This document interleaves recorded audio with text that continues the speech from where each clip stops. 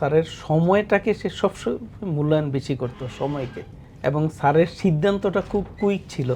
এই দেশের লক্ষ লক্ষ যুবকের কর্মসংস্থানের সৃষ্টির উদ্যোক্তা।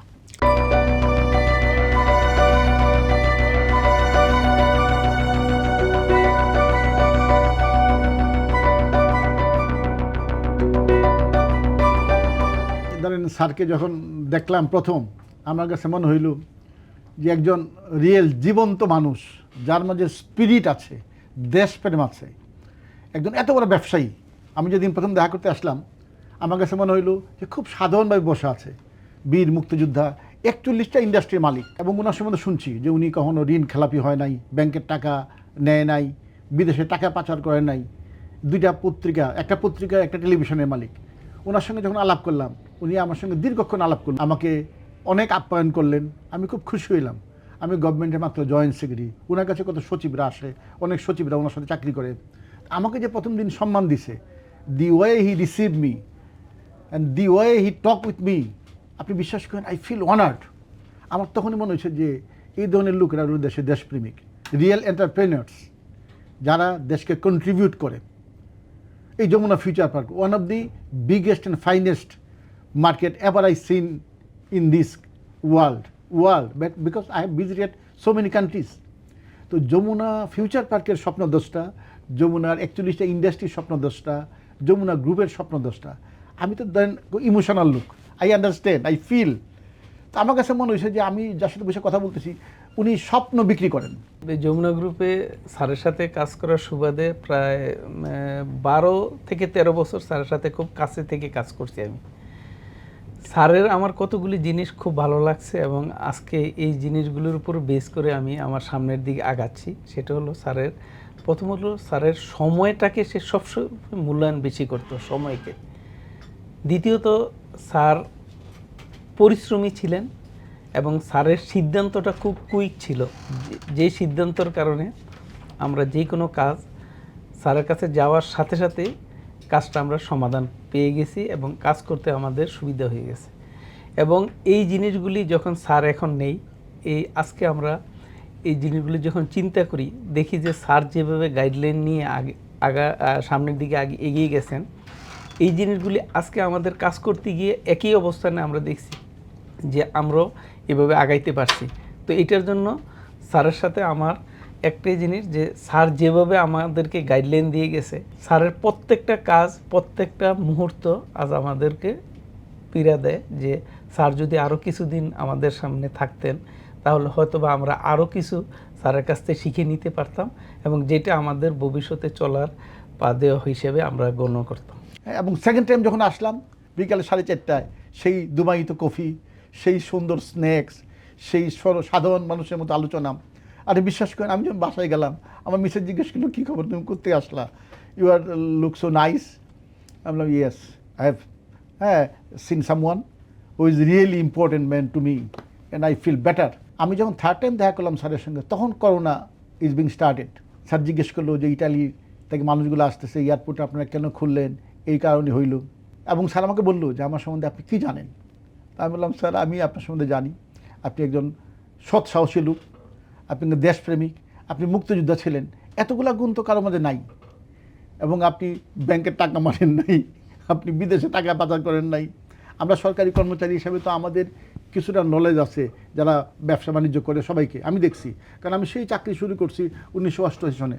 রাইজ অ্যান্ড ফল যাই বলেন, গুড ডেজ ব্যাড ডেজ যাই বলেন, আমি তো দেখছি।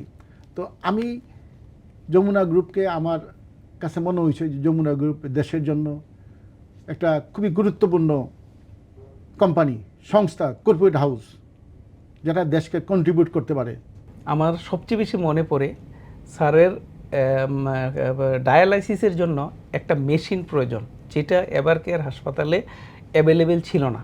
সেই এভার কেয়ার হাসপাতালে না থাকার কারণে আমরা এটা আনার জন্য, আর ডাক্তার বলতেছে যে তাড়াতাড়ি লাগবে। এখন আমরা কি করব?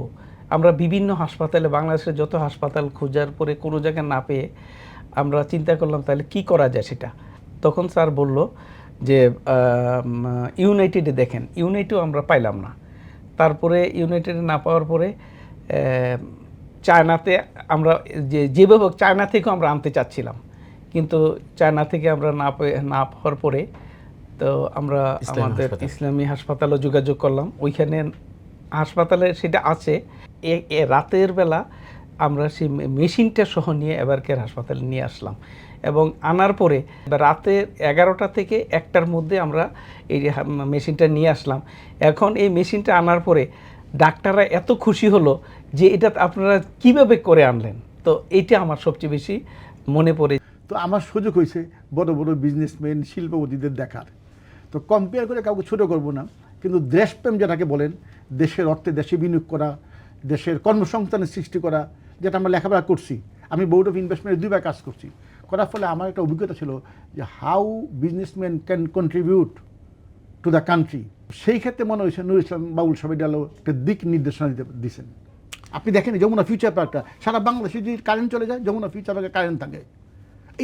এই যে থিম, ভীষণটা কত সুন্দর। কত সুন্দর। তো এই জন্য বলি শিল্পবিদ্যা হিসেবে 41টা ইন্ডাস্ট্রি দেখেন, সবার ইন্ডাস্ট্রি লাভজনক বা লস যাই বলেন, কিন্তু যমুনা ইন্ডাস্ট্রিগুলো লাভজনক, বিকজ এটা তার থিম যে সফল শিল্প উদ্যোক্তা এই দেশের লক্ষ লক্ষ যুবকের কর্মসংস্থানের সৃষ্টির উদ্যোক্তা।